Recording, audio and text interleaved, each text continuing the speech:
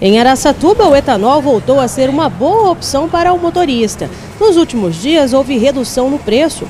Neste posto, o litro que custava R$ 1,69 há cerca de 15 dias, passou a custar R$ 1,59. 10 centavos de diferença que já tem feito o consumidor migrar da gasolina para o etanol. Hoje compensa o etanol, com absoluta certeza. Armando já costuma abastecer com etanol e agora que o preço está mais atrativo, ele não pretende trocar. O etanol no momento é muito mais vantajoso, né? Muito bom. Além do rendimento do carro ser bom também. O preço do etanol em Araçatuba é um dos mais baixos do estado de São Paulo. É o que revela um levantamento da ANP, Agência Nacional de Petróleo, feito em 122 municípios paulistas.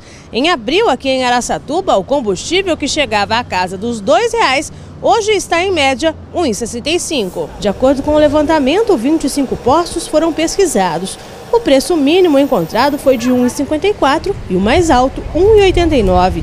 A diminuição do preço do biocombustível é motivada pela competitividade entre os postos e principalmente pela safra da cana-de-açúcar. Quando entra a safra, o álcool ele dá aquela queda e é onde a gente acaba repassando ao consumidor. Mas a alegria do motorista não deve durar muito. A expectativa é que as bombas voltem a registrar preços mais altos quando a safra terminar. O preço ele volta a ser comercializado como estava algumas semanas atrás.